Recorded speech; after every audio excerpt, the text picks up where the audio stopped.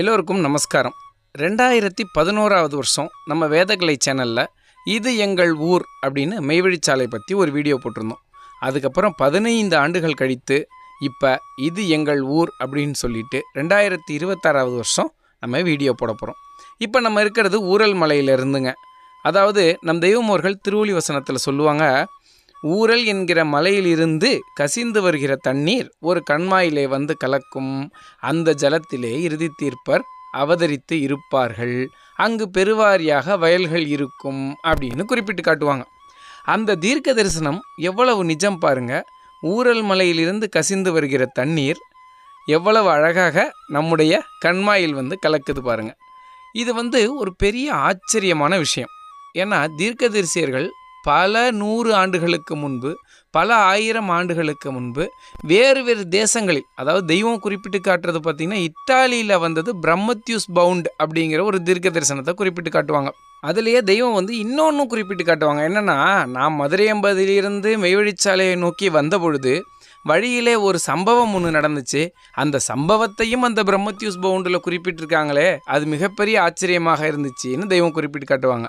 அப்படி பல தீர்க்கதரிசியர்களும் எதிர்பார்த்து இருந்தது இந்த மெய்வழிச்சாலையைத்தான், நம்ம தெய்வம் அவர்களைத்தான். அவர்கள் காட்டிய அடையாளம் இந்த கண்மாய் தான். அது இல்லாமல் நாம் இன்னொரு விஷயத்தை தெரிஞ்சுக்கணுங்க. அதாவது என்னென்னா, மெய்வழிச்சாலை என்பது பல 100 ஆண்டுகளாக இருந்த ஒரு ஊர் அல்ல. அது நம் தெய்வம் அவர்களின் திரு எண்ணத்தால் உதயமாகிய ஒரு ஊர். நம் தெய்வம் அவர்கள் ராஜகம்பீரத்தில் வாசம் செய்து வந்த காலத்தில் அவங்க ஒரு குடிசைக்குள்ளே அமர்ந்து எழுதிக்கிட்டு இருக்காங்க. அப்போ வெளியில் தாப்பால் போட்டு பொறாமை பாதகர்கள் அந்த குடிசைக்கு தீ வச்சிட்டாங்க.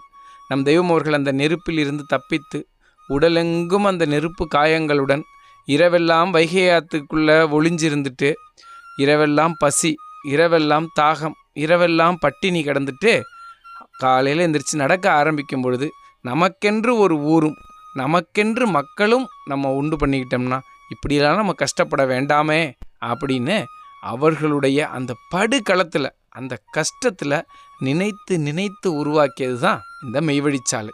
இதை நாம் ஒரு ஊர் என்று நினைக்கவே கூடாது. இது நம் தெய்வம் அவர்களின் பாடு, நம் தெய்வம் அவர்களின் திருநோக்கம், நம் தெய்வம் அவர்களின் எண்ணத்தில் நாம் குடியிருக்கோம் அப்படின்னு நினச்சி தான் இந்த மெய்வழிச்சாலையில் நம்ம குடியிருக்கணும்.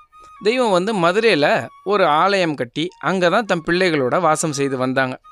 அப்போ பிரிட்டிஷ் அரசாங்கம் இந்த இடம் எங்களுக்கு வேணும்னு கேட்ட உடனே நம் தெய்வம் அவர்கள் பிரிட்டிஷ் வசம் அந்த இடத்தை ஒப்படைத்து விட்டு இங்கே வர்றாங்க. தெய்வம் வரும்பொழுது தெய்வமும் அவங்க கூட ஒரு 10 குடும்பம் குழந்தை குட்டிங்களை கூப்பிட்டுக்கிட்டு இந்த ஊரல்மலை கிராமம் என்று சொல்லப்பட்ட, அப்போது பாப்பனாச்சி வயல் என்று அழைக்கப்பட்ட தற்போதைய மெய்வழிச்சாலைக்கு எல்லாரும் சேர்றாங்க. அப்போ தண்ணிக்கு என்ன பண்ணுறது? புதுக்கோட்டை மாவட்டம் பயங்கர வறட்சி. ஆரம்ப காலத்தில் ஒரு 10 குடும்பம் இருந்தப்போ எல்லாரும் என்ன பண்ணுவாங்களாம், பக்கத்தில் இருக்கிற சுனைகள்லையும் கண்மாய்கள்லையும் பாறைகள்லையும் போய் தண்ணீர் எடுத்துகிட்டு புழங்கிக்கிட்டு இருந்தாங்க. அதன் பிறகு மக்கள் கூட்டம் அதிகமாயிருச்சு. வேறு வழி இல்லாமல் நம் தெய்வம் அவர்கள் சாலைக்குள்ளே மக்களின் தண்ணீர் தேவைக்காக பல கிணறுகளை வெட்டுறாங்க. தெய்வம் அவர்கள் காலத்தில் ஒரு 3 கிணறுகள் சாலைக்குள்ளேயும் வெளியில் 2 கிணறுகளும் வெட்டப்படுது. அதில் ஒன்று தான் இந்த தடாகம். இது ஒரு திருவிழா மாதிரி நடந்ததுன்னு சொல்லுவாங்க எல்லாரும் அனந்தர்கள். அதாவது ஊர் மக்கள் எல்லாரும் சேர்ந்து நம் தெய்வம் அவர்களின் திருமுன்பாக வெட்டியது தான் இந்த தடாகம். எங்களுடைய சிறு வயதிலும் நாங்கள் எந்த நேரமும் நாங்கள் குளிச்சுக்கிட்டு விளையாடிக்கிட்டு மகிழ்ந்தது இந்த தடாகத்தில் தான். அதன் பிறகு அடுத்த சந்ததியினருக்கு தண்ணீர் தேவையை போக்கியது அடிபைப்புகள், ஆழ்துளை கிணறுகள். இது மூலமாக தான் எங்களுடைய காலத்தில் தண்ணீர் தேவை பூர்த்தியாக்கப்பட்டது.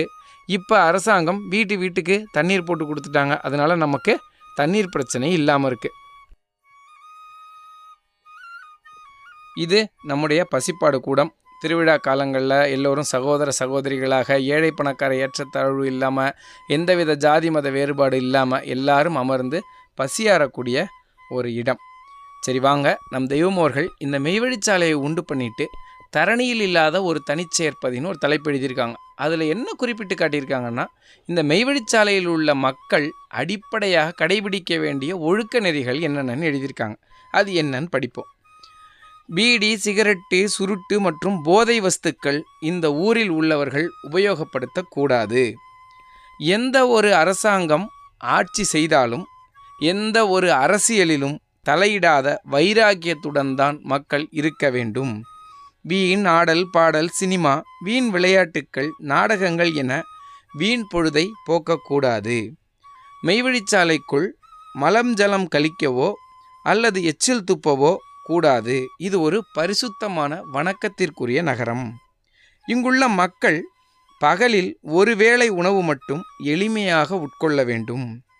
பிறரை வஞ்சகமாக கெடுத்தல், பணத்திற்காக பல்காட்டி கெஞ்சுதல், சூதாடுதல், சீட்டாடுதல் இந்த எல்லைக்குள் கூடவே கூடாது.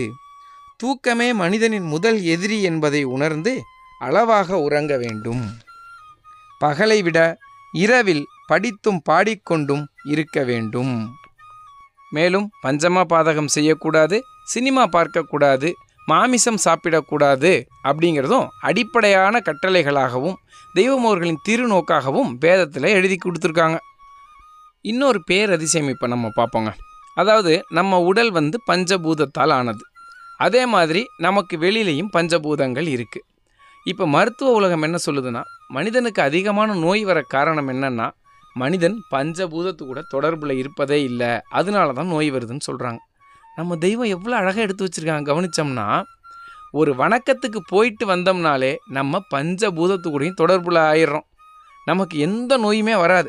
உதாரணத்துக்கு பார்ப்போமே, இப்போ மதிய அரவலத்துக்கு போகிறோன்னு வச்சுக்கோமே, வெறுங்காலோடு தான் நம்ம நடப்போம். சாலைக்குள்ளே காலணி அணிய மாட்டோம். அப்போ நிலத்து கூட நம்ம தொடர்பு படுத்திக்கிறோம். நம்மளை ஆலயத்துக்கு போகிறோம், ஒரு தீர்த்தம் போடுறோம், நீர் கூட தொடர்பு படுத்திக்கிறோம்.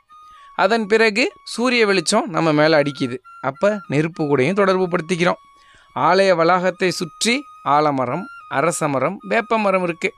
அது எல்லாமே சதா நல்ல தூய்மையான ஆக்சிஜனை வெளிவிடுது. அப்போ காற்று கூடயும் தொடர்பு படுத்திக்கிறோம். ஆலய வளாகத்தில் எங்கேயுமே மேற்கூரை கிடையாது. அப்போ நேரடியாக ஆகாயத்து கூடயும் தொடர்பு படுத்திக்கிறோம். தெய்வம் எவ்வளோ அழகாக எடுத்து வச்சுருக்காங்க பாருங்கள். நம்ம எதுவுமே பண்ண வேணாங்க. தெய்வம் சொல்லுவாங்கள்ல, கத்தியை நீட்டி பாயினா பாய். ஒரு கத்தியை ஒருவர் கையில் வைத்துக்கொண்டு ஒரு பாறை மேல் செலுத்தினால், என்ன என் பாறை மேலே குத்துறீங்க, அது கேட்காதே, அதுபோல் நீ இருக்கணும்னு சொல்கிறாங்க. அப்போ நம்ம ஆலயத்துக்கு போய் வணக்கத்தில் கலந்துக்கிட்டு வர்றதே நம்ம பஞ்சபூதத்து கூடயும் தொடர்புல ஆகிறோம். இது ஒரு பெரிய அதிசயம். இதை நம்ம கவனிக்கணும். அதே போல் நம்ம ஆலயத்துக்கு வணக்கத்துக்கு போகிறோம். குறைஞ்சபட்சம் ஒரு அரை மணி நேரமாவது அல்லது 1 மணி நேரமாவது சம்மணமிட்டு அமர்றோம்.